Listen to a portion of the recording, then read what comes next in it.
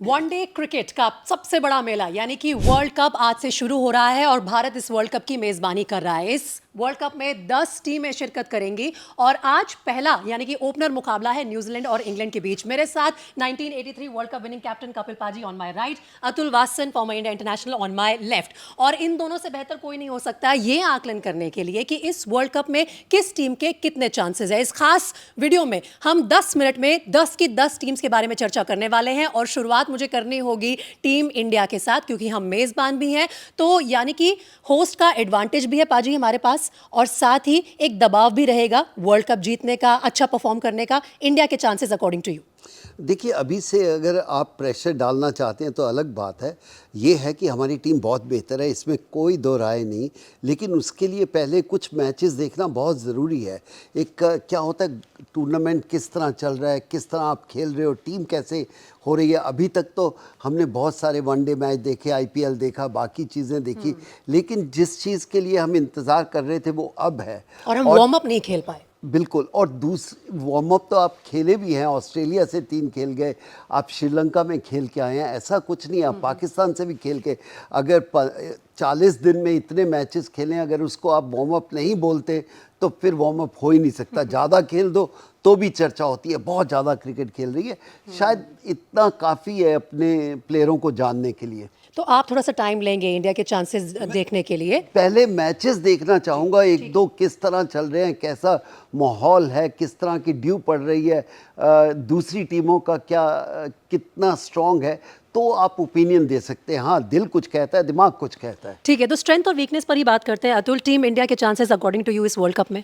देखिए, काफ़ी अच्छे हैं क्योंकि मुझे लगता है कि पाजी ने जो कहा है, जो पेपर पे चीज़ है ना सबको नज़र आ रही है। ऑब्वियस को स्टेट करना बेकार बात है, पर मुझे लगता है सबसे बड़ी बात जो है जो अभ्यास की बात है, एक 50 ओवर का एक एब एंड फ्लो रहता है। उसके अंतरिक्ष उसके हिसाब से ज़्यादा मैचेस नहीं हुए क्योंकि जो बीच का पीरियड है उसमें हमने बारिश के मैचेस देखे श्रीलंका में, तो वो एक सही एक टेस्ट मॉडल नहीं है जिसके बेसिस पे कह सकें हाँ बिल्कुल सही है। क्योंकि यहाँ पे एक्सपीरियंस जो विराट का है, मिडिल ओवर्स में पेस करना और उसके बाद आपको जो रन रेट बढ़ाना होता है, फील्डिंग का जो सिस्टम चेंज हुआ है उसके मुताबिक मुझे लगता है टीम जो बढ़िया एडजस्ट करेगी। और ड्यू फैक्टर सबसे बड़ी बात है, पर फिर भी साथ में मुझे लगता है आपने 10 मिनट में 10 टीम्स करने को बोला है, मुझे लग रहा है हम 9 मिनट इंडिया पे करेंगे और 1 मिनट बाकी टीमों को रैप अप कर देंगे। मैं जल्दी से जा रही हूँ दूसरी टीम पर जो आज अपना ओपनर मुकाबला भी खेल रही है, यानी कि इंग्लैंड की टीम जो पिछले बार के विनर्स हैं और डिफेंडिंग चैंपियंस हैं।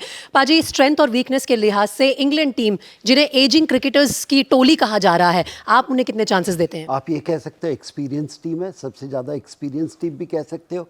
और मुझे ये लगता है कि इंग्लैंड शायद पिछले 4-5 सालों में उनको रियल वनडे क्रिकेट का मीनिंग समझ आया। नहीं तो वो खेलते थे प्रोफेशनल क्रिकेट, ऐसे खेलना है, सीधा खेलना है। उनमें कोई इतने बल्लेबाज नहीं आए थे जो आपको डरा सकते हैं। लेकिन हाल ही में जो क्रिकेट देखिए कि उनके पास 3-4 ऐसे बल्लेबाज आ गए हैं जो किसी टीम को किसी टाइम भी अकेले अपने दम पर जिता के लेके जा सकते हैं। तो मुझे लगता है हाँ, क्योंकि वाइट बॉल क्रिकेट का जिस तरह से इंग्लैंड ने एक तरफ से नज़रिया चेंज किया है, मुझे लगता है T20 से उसके बाद उनकी अब जो 100 शुरू हुई है वहाँ पे, और खासकर से फियरलेस क्रिकेट, वो डरी बेसबॉल क्रिकेट, बेसबॉल, वो टेस्ट मैचेस भी ऐसे खेल रहे हैं और शायद ये एटीट्यूड कई बार भारी पड़ता है, पर ज़्यादातर देखें तो मैच जीत रहे हैं। तो पाजी ने सही कहा, पहले जब वनडे की शुरुआत हुई थी तो इंग्लैंड ने थोड़ा सा स्नॉबिश अपना एटीट्यूड दिखाया था कि नहीं जी ये तो लप्पेबाज होंगे, गेम है, हम तो सीधा खेलेंगे, हम तो ड्रॉ खेलते हैं। तो इसलिए शायद 5-10 साल निकल गए। उसके बाद जब रियलाइज़ करा कि वनडे ही क्रिकेट है, तब उन्होंने रियलाइज़ करा, तब लेट हो चुके थे। पर T20 के बाद इनके पास प्लेयर्स आए, जॉस बटलर हो गए, बेन स्टोक्स हो गए, डेविड मलान है, और उनकी जो बीच की जो उनके पास फास्ट बॉलर्स आए, मार्क वुड फास्टेस्ट बॉलर है मुझे लगता है, क्रिस वोक्स है, और मोइन अली के बाद तो आई थिंक इतनी बैलेंस टीम है।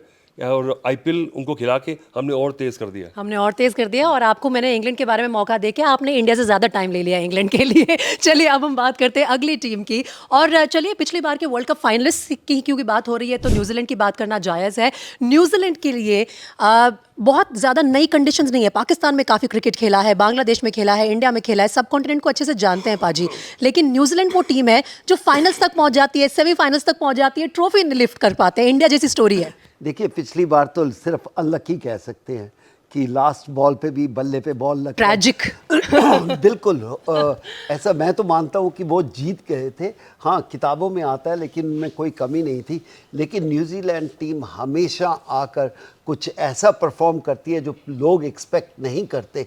शायद अब हम एक्सपेक्ट करना शुरू कर दिया कि न्यूजीलैंड की टीम ऐसी है, किसी को भी आराम से हरा भी सकती है। जी, और golden generation of cricketers Atul इन्हें कहा जा रहा है, लेकिन इसमें दो सवाल है। केन विलियमसन का कितना बड़ा रोल रहेगा, उनका फिट रहना कितना ज़रूरी है न्यूजीलैंड के लिए, और दूसरा वो बोलते हैं कि हमारे ऊपर स्पॉटलाइट नहीं है, यही हमारी सबसे बड़ी स्ट्रेंथ है। नहीं, स्पॉटलाइट क्यों नहीं है? बिकॉज रनर्स अप है पिछले बार के और हर बार आईसीसी में अच्छा करते हैं हमेशा। मुझे लगता है केन विलियमसन सही कह रहे हैं आप, वो ऐसा एक क्रक्स है, जो ऐसा एक धुरी है, अगर वो नहीं रहे सही में तो फिर टीम बिल्कुल ढह जाएगी। उनके पास हिटर्स हैं, उनके पास जो फास्ट बॉलर्स हैं, टीम साउदी उनके एक वेटरन और है।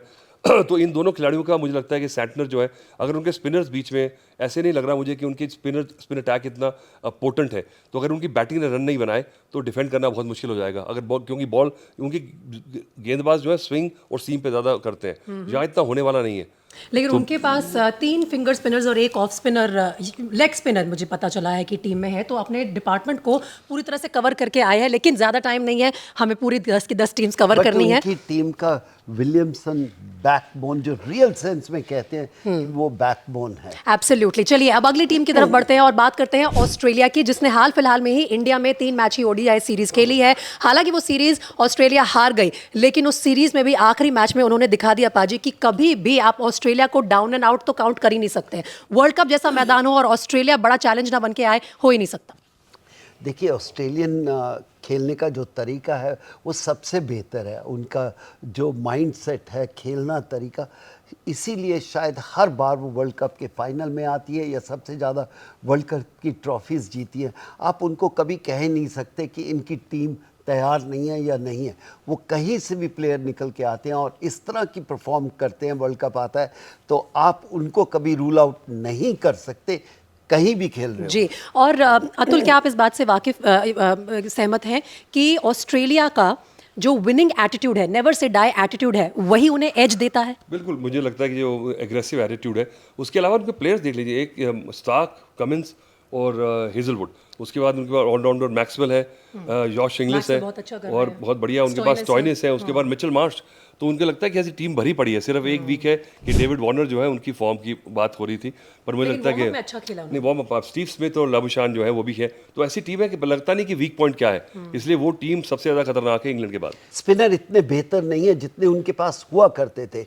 बाकी उनके हर तरह से फील्डिंग में कमी नहीं है, रनिंग बिटवीन द कमी नहीं है, और बल्लेबाजी तो आपने बोल दिया कि 7 बल्लेबाज ऐसे हैं जो अपने बलबूते पे मैच जीत सकते हैं। तो इसलिए ऑस्ट्रेलिया को अगर कोई वीक पॉइंट आता है तो एक स्पिन गेंदबाजी के अलावा कुछ नहीं। तो ऑल डिपार्टमेंट्स कवर्ड है मोस्टली ऑस्ट्रेलिया के, लेकिन सिर्फ एक डिपार्टमेंट है, वो है स्पिन गेंदबाजी, जिसमें वो थोड़े से कमजोर साबित हो सकते हैं। लेकिन अब एक उस टीम की बात करते हैं जिसके खिलाफ भारत के मुकाबले पर सबकी निगाहें हैं। वो मैच होगा 14 अक्टूबर को, और मैं बात कर रही हूँ पाकिस्तान की टीम की। बाबर की सेना भी हिंदुस्तान में है और जल्दी उनका भी ओपनिंग मुकाबला होगा। पाकिस्तान की टीम स्ट्रेंथ और वीकनेस पाजी आपके हिसाब से क्या है? देखिए, उनकी स्ट्रेंथ सबसे बड़ी ये है वो किसी को भी हरा सकते हैं on given day। सबसे अनप्रडिक्टेबल टीम है वो है पाकिस्तान की टीम। लेकिन ये भी मैं साथ में कहूँगा कि उनके पास बड़े टैलेंटेड क्रिकेटर हैं कि आप बोलो 6 के 6 मैच लगातार जीत जाएंगे, ऐसी उनकी टीम नहीं है।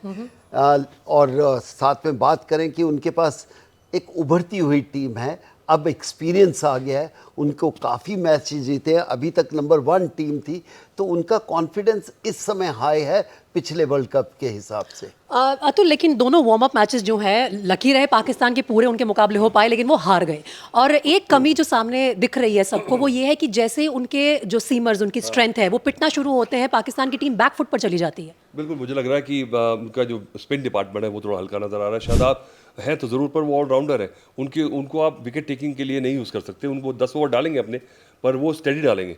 उनके पास एक जैसे मिस्ट्री स्पिनर रहता है, रिस्ट स्पिनर ऐसा नहीं है जो पहले होता था, तो शायद वो कमी उनको महसूस होगी। पर एक तो फ़खर जमान भी काफ़ी इराटिक हो रहे हैं, रिजवान रन बना रहे हैं, तो बाबर के ऊपर ज़्यादा अगर आप वो रखेंगे, ज़्यादा फोकस रखेंगे, तो बाकी टीम थोड़ी सी हल्की है। 2-3 खिलाड़ी आउट होने के बाद नीचे थोड़ी हल्की टीम नज़र आती है, मुझे लगता है। चलिए, तो ये हुई पाकिस्तान की बात और हम सब कॉन्टिनेंट की टीम्स की बात कर रहे हैं तो बांग्लादेश की बात कर लेते हैं। और बांग्लादेश भी पाजी आप कहेंगे कि क्या थोड़ी बहुत अनप्रिडिक्टेबल टीम होती जा रही है? क्योंकि देखिए स्ट्रॉन्ग तो हुई है, पिछले एक दशक में हमने बहुत बदलाव देखे हैं बांग्लादेश की टीम ने। इस वर्ल्ड कप में आपको क्या लगता है उनके चांसेस के बारे में? देखिए, बांग्लादेश ऐसी टीम है जैसे अफ़गानिस्तान, हाँ एक दो बड़ी टीमों को ज़रूर हराएंगे, उसमें कोई भी टीम आ सकती है, ऐसा नहीं है कि नहीं। और इन कंडीशन में वो बेहतर जानते हैं, वो खेल सकते हैं, क्योंकि बांग्लादेश और इंडियन कंडीशन में ज़्यादा अंतर नहीं है। और उन्होंने कहीं उनके बल्लेबाजों ने रन कर दिए तो उनके गेंदबाज आपको इंडियन पिच पे ज़्यादा रन बनाने नहीं देंगे। आपका क्या कहना है मुझे अतुल? लग रहा है कि हाँ, तमीम को नहीं लिया टीम में, बड़ी कंट्रोवर्सी हुई है,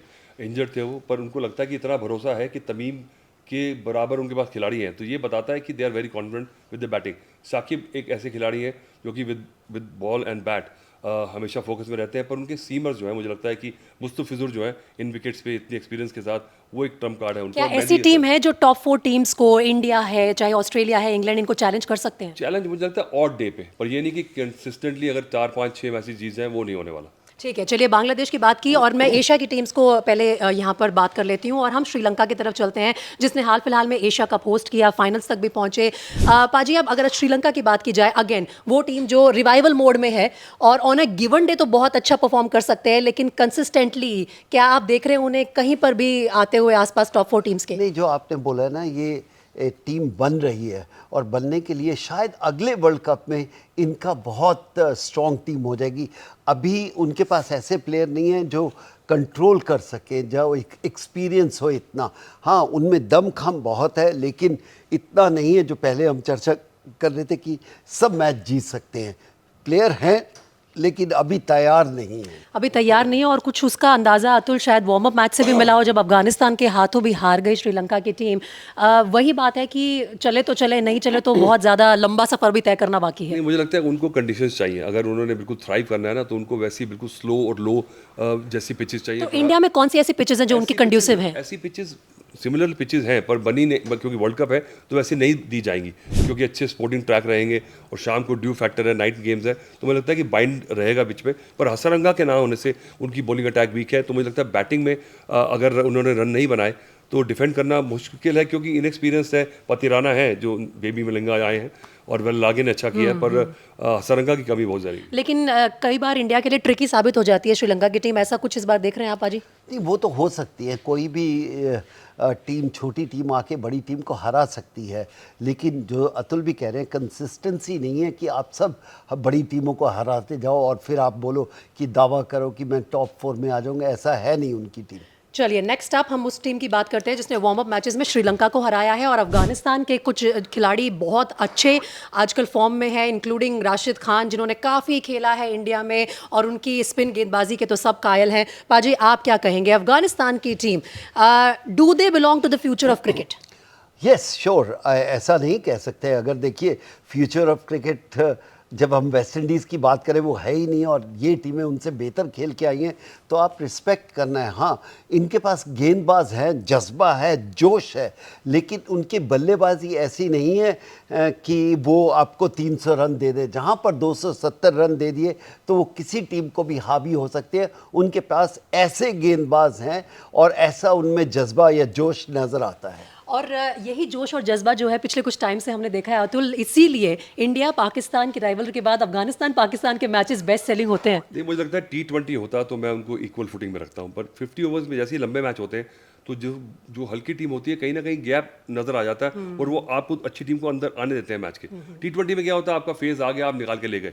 इसलिए मुझे लगता है कि राशिद जो है और मुजीबुर रहमान, ये दो खिलाड़ी हैं जो कई बार मैच पलट देते हैं। पर पाजी ने सही कहा कि 270 रन पहले बनाओ तो सही, क्योंकि इतने रन नहीं बनाओगे तो फिर फायदा नहीं है, कुछ रन तो देने पड़ेंगे गेंदबाजों को।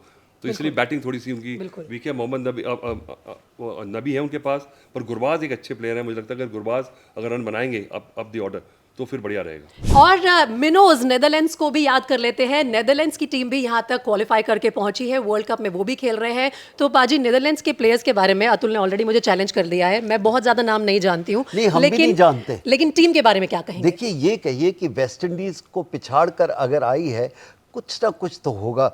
मैं कभी ख्वाबों में नहीं सोच सकता था कि वेस्ट इंडीज़ टीम यहाँ पर नहीं होगी इस वर्ल्ड कप में, जी। और नीदरलैंड उनकी जगह आई है।